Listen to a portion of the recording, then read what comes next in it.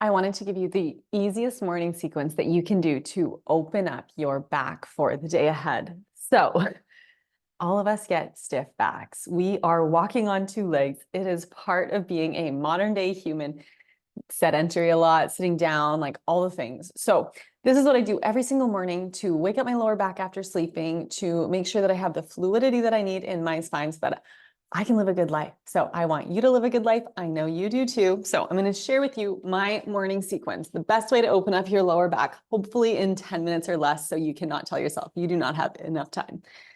My favorite posture to do this in is table pose. So table pose is exactly what it sounds like. It is a table. A good table has right angles in the legs, right? And so you want to think of that every time that you set up your postures as you're setting up the geometry of the pose. Because if you don't set up the geometry, what ends up happening is you work in your muscles that are already strong, and our strength will always fall apart. So we really want to learn how to work in the bones of the body. When we work in the bones, it's really by finding these right angles, 90-degree angles. And so a table like this is not a right angle, right? This is obviously, right, quite a bigger angle. And so what we really want to learn how to do is to be in the center. And you can do this through a few things. You can test it by having a block behind you, right? And if the block is straight up, you know you're at 90. Same with the legs, right? So these are just little checks that you can do. You can look into a mirror and check yourself out. See if you're really at 90 degrees. So one thing I really want to talk about is your fits and your proportions. Your body is designed to fit itself perfectly. Your knee is designed to fit in your armpit. How to tell if your hands are shoulder distance is to take your middle fingers into touch. So when your middle fingers are touching, the shoulders will be right below, or your wrists will be right below your shoulders. And this is how you know that you're also working in the arm bone. So if you're too wide, you're going to build the muscles in the middle of the back, right? If you're too close, you're going to collapse into the collarbones and stress out all of the muscles that are attaching the front of your shoulder. And so the way that we don't get injured in the yoga practice is to set ourselves up with our own proportions, because you are unique, but your proportions are the measure. They're your specific measure and everyone has them. So turn your middle fingers into touch when you're in your table pose. This lines up the lungs because arms are extensions of your lungs. So the left arm is this whole frame is going to be your left lung, and the right is going to be your right lung. And so you start to see that when you're setting up every single posture, you're always setting up the geometry, right? And so when you set this up where the meaty part of your thumb mound is, right here, you're going to turn your hands out from the meaty part of your thumb mound. And now, instead of spreading the fingers too wide, bring them together so you're not overstressing the shoulders. The middle fingers, the two middle fingers through the center of the wrist, are going to be parallel with one another. So your hands are not turning out, your hands are not turning in. Right? You are finding the exact center of yourself. So from your index finger knuckle to your outer wrist, your pinky finger knuckle to your inner wrist, all 4 points of your hand are pressing down, and you're lifting off the center of the palm of the hand, which is bringing you into the center of your arm bone.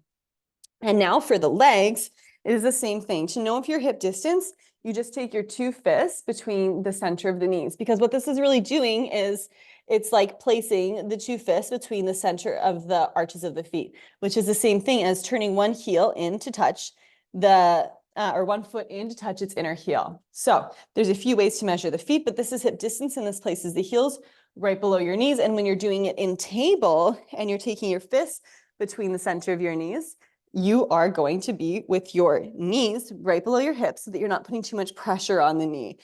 And so it really is all about setting yourself up well, right? Set yourself up well for success, set the foundation up, and then you will not damage yourself. And so that's what we're doing in this yoga practice. We're taking the time to set it up so that we can breathe, we can move, we can be in the posture without overstressing our muscles. The last thing, excuse my always dirty feet, is to make sure that you're on the pinky toe side of your back foot. So if you're on the big toe side of your back foot, you're going to feel this in your knee. You want to find the pinky toe side of your back foot pressing down. So there's just like a little curve in your foot. So you set your hands up shoulder distance, you set your knees up hip distance. Now you set your table up at 90 degrees so that the shoulders are right actually above the wrist and the knees are right below your hips. And now you finally get to move it. So as you inhale, open yourself up, pull your collarbones apart, look forward with your nose. Don't throw your head back so that you can't talk. Otherwise, you're going to lose everything in your core, right? Pull the head up and back. Make sure you can still talk and breathe. Open yourself up on the inhale. And then as you exhale, curl and round and look at your belly button. And you just go back and forth. Inhale, and exhale. Inhale, exhale, inhale, exhale, inhale, exhale, inhale, exhale, inhale, exhale. And at first you can really do this fast, right? If you're going to do it fast, know that it's like warming up your body, right? If it's cold out, I really like to do this fast so that I know how to regulate my own inner heat. As you go back and forth and go fast, it's really all about giving yourself a kick in the butt. So it's knowing how to get yourself moving, right? So that you don't always need coffee to get yourself moving, but you have the skills and the facility to be able to control yourself, to manipulate yourself, to know yourself so well, right? And so on days where I'm really sluggish and I have to get moving, this is what I do. I start to go back and forth. I start to pump the breath in and out and in and out and in and out. I start to warm up my lower body, right? You're moving between your pubis and coccyx right now. And so your left leg, your left foot is connected to your left kidney. This is your maternal root of embodiment. Your right leg, your right foot is connected to your right kidney. It is your paternal root. And so the paternal is really that which steps out into the world and gets moving. The left, the maternal root, is really that which stays at home and does things in the house. And so what you're doing with the third between your pubis and coccyx, this is the engendering root. This is like your third foot. It is you deciding how much to go in and how much to go out. How much do you need to go inside and embody yourself, and how much you want to go out into the world and give yourself to the world. And so all of this practice is really about balancing duality and the polarities of life.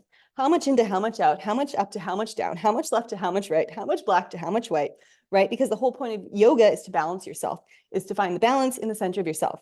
Now, if you're the type of person that always likes to go fast, that is always running hot, you can go slow. So you can start to move it really slow. You inhale, you open yourself up, and you exhale and you curl into yourself, and you start to give yourself an experience of the opposite. What does it actually feel like to slow down? What does it feel like to cool myself off? And so when you start to do this, you start to learn more about yourself. Am I the type of the person that always likes to go fast? Am I the type of person that always likes to go slow?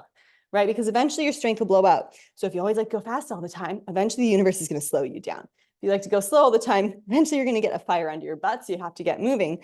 And so all of it is to really know that wherever you're good will fall apart. So it pays to learn about where you're not good, where you don't like to go, what you don't know about yourself, right? And so you just give yourself, in this practice, a different experience, an experience you've never had before. And that's the only way you can truly transcend yourself. To have a transcendental experience is to have an experience that you don't usually have. And so you start to see a new frame of reference. You start to see a new vision. You start to see a new perspective. And it's only when you see something new that you begin to have options. You cannot have options if you do the same thing every single day, because you're just doing the same thing every single day. But when you learn something new, when you see something new, when you see someone doing something that you wish you were doing, you start to gain perspective. You start to have different thoughts. You start to circulate a different world around you because your mind builds the world. And so when you're here, I want you to come back to center, right? And I want you to begin to make circles.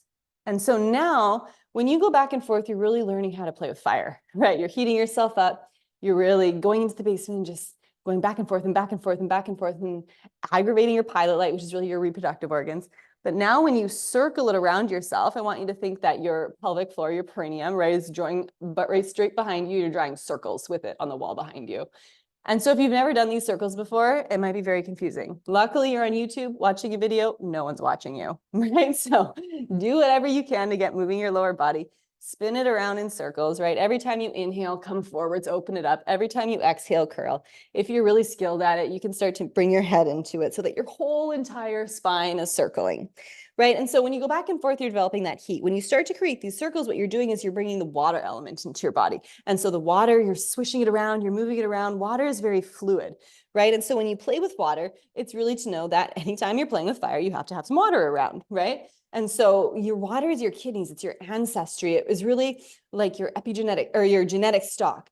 And so you get your left kidney from your mother, you get your right kidney from your father, but you are the epigenetics. You are the third principle. You are the one that's manipulating, articulating, nuancing, using information, having new perspectives, having new ideas, forming your own belief systems.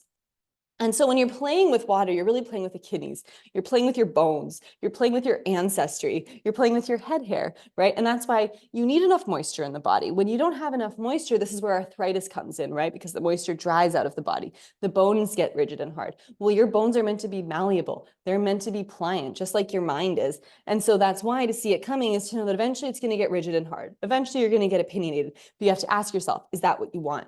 So spin it all the way around yourself, create these circles around yourself, and then know that whichever direction you're heading, just notice, right, is, your comfortable one because you went there first. And so if you're going from 12 o'clock, let's say your pubis to your right hip, which is 3 o'clock, to your coccyx, to your left hip, this is a spin through time, right? It's the spin of the clock. 12 to 3 to 6 to 9, spinning it all the way around. It's the perennial spin of the seasons. It's the left brain. It's the dimension of time that we've agreed upon in this reality of past, present, and future, right? That there's time that we're moving through. And so stop and change directions. And so when you're going from 12 o'clock to now 9 o'clock, 6 o'clock, 3 o'clock, which is what I am, maybe you're doing something different, but this is the spin of the moon, right? It's the rhythm that is not about the linear dimension of time. It's all time happening at once. It's the creativity. It's the right brain. It is, you know, the vastness of all that is. It is the rhythm of water. And so as you spin and you just notice yourself, do you like to go more to the creative, to the esoteric, right? To the irrational in a sense, which is the counterclockwise spin, right? The countercultural spin, or would you like to go the other way? And so you just start to notice where you're good. You start to notice which way you can't circle, right? Because eventually it's all about balancing yourself in time and space, giving yourself options, seeing every single angle, looking at life through a new lens. And this is the only way that we can really gain perspective. This is the only way, like I said, we can have choice. And so spin it around yourself again. You can bring your whole entire head into it. You can spin really slow and make it really big and make the breath big and make the movements huge, right? So you're really getting into like all the nook and crannies of your container. Or you can do it really quick. And you inhale and you exhale and you inhale and you exhale and you inhale and exhale.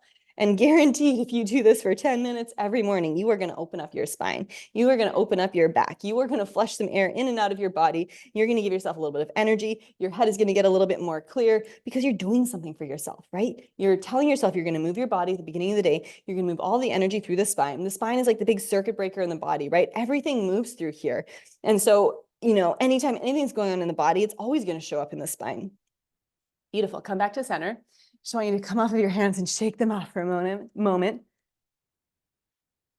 And the last thing I want to share with you that you're going to do, and you might need a cushion or like a rolled up blanket or something, but if you've never done this before, it's called flipping your wrist. And so what do we do in life? We're typing, we're on our phones, we're like doing all the things with our hands that are essentially taxing our wrist joint. And so you want to be able to learn how to stretch out your wrist joint, to flush out your wrist joint. Otherwise, you're going to get carpal tunnel syndrome. And so with the hands shoulder distance, which you've already measured, you're going to take one hand and you're going to turn it 45 degrees and then 90 degrees. So one thing I want to make really clear when you do this is if you cannot turn your hand all the way, you want to get something to lift yourself up off of so you can put your wrist on something high, because you want to be able to get the full entire spin and not be here, you're going to hurt your wrist, right? And so when you do it, you want, if you can tell, the yoga mat, right, is one line, and you want your wrist on that same line. So I'm not here, because then I would put pressure in my elbow and lock this out and lock out my collarbone. The collarbone is framing up the lungs, so we want to open that up. You want to keep your wrists on one same line, and you want your wrist, your elbow, your collarbone to be all lined up. So if your wrist is not, if your elbow is knocking in, if you're locking your elbow, come up on height. Find enough height so that when you're doing it, right, you can bend the elbow a little bit, feel like you're lifting off of the wrist rather than collapsing into it and opening up the whole wrist, right? And so if this is intense, just stay here and breathe. Just breathe for a few breaths, right? Every day increase it a little bit so that, you know, you're able to develop stamina, endurance in the posture. So eventually you want to be able to hold the postures. Eventually you want to be able to like be in the postures to get magic out of the posture, not just flow in and out of the posture really fast, because then you're not getting the information that you need. You're not actually rewiring the neural circuitry in your mind, right? That takes time. And so if it is really easy for you, and it's like nothing, and know that both arms are going to be different. Your stronger arm is going to be harder to flip, but you can make little circles around it, right? So you're just flushing out the wrist joint. You're finding your index finger knuckle to outer wrist, pinky finger knuckle to inner wrist, and lifting off of it. If your pinky finger is sticking out, bring it in so that you can't see your fingers, right? So there's a nice straight line right here. And just spin around it, right? So you really start, and the more weight you put in your hips and you get in your hips, right, the easier it's going to be to not feel like you're putting all the muscles in the arm. Like I can be in my hips and lift my arms off, you know? And so you really want to learn to work in your lower body, because when you work in your lower body, that's your stable joint, right? That's what's going to really give you the stability that you need to have a lot of capacity with your arms. And so spin it both ways, spin it in both directions. And when you're here, with your wrist. You can like stretch it back a little bit. So eventually it's really learning how to develop the pliancy in your wrist joint and moving it in the opposite way you're used to. The real nice thing about flipping your wrist too is that if you're always here and you're collapsing your shoulders in like this, when you flip your wrist, you're forced to open the front of the collarbone, and then the shoulder sits on the back the way that it's meant to. And so it really starts to clear up any shoulder injuries. It starts to clear up any misalignments that you're habitually doing in your shoulders. Okay, and you got to flip sides. And so when you switch sides, the two arms are going to be very different. Again, if it is too much, grab like something with height, you know, like anything you can find in your house. You don't need just yoga poses or yoga props. You can use whatever you want. And so spin around it, go both directions. Notice which hand is a little bit harder to flip, and then go back and do that side again, right? Because you don't need to have a perfectly balanced practice. You're using the practice to balance your body. And so if one side is radically different than the other, you're gonna have to spend more time on that side cleaning it up. It's just a messy room in your house, right? And so turn it around, spin it around, stretch it back.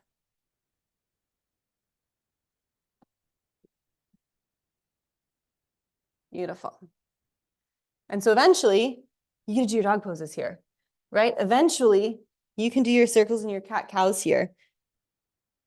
And so I'm just showing you all of your options, because honestly, when you wake up in the mornings and you get moving and you get your lower body circling and you get the whole entire spine ready for the day, the beautiful thing is that you're going to have a better day. You're going to have more energy flowing through your body. You're going to feel more vibrant. And so after you do all of that, if you're feeling anything in your wrist, take your fingers and like where this knobby part of the wrist is, you want to put your fingers, so your middle finger and your thumb should fit perfectly. You're going to put it right around and you're like squeezing it a little bit, and you shake out your hand and you just shake it back and forth. And so now we dealt with pretty much the most common, you know, aside from hip injuries, we see a lot of wrist stuff in our society, and we see a lot of lower back stuff in our society. And so lower back stuff is kidney stuff. It's the ancestry, it's the stock, it's the drying out of the kidneys, it's the arthritis. And so what do? You put more water in it. You get moving, right? Swish that water around, drink some water, right? Do things that are really going to contribute to the pliancy and the fluidity of your body, which is the yoga practice. And so everything in life is a deal you make. It's your choice, right? And so you can choose to be rigid and hard and opinionated, or you can choose to open yourself up and lighten yourself up. And so ideally, you know, the trick of life, of longevity, is to stay in the mind of innocence, to stay in the body of innocence. And young children are pliant. Young children are like, you know, they're squishy and they move and they're bendable.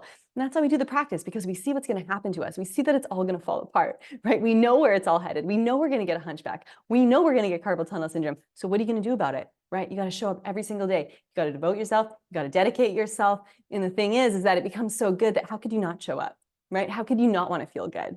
So I hope that was helpful. This is one super easy pose that you can do every single day, cat cow, right? Get in a good table, set yourself up, go back and forth and spin circles around, flip your wrists around, and do it and do it and do it, and see the difference that it makes. I do want to say one thing.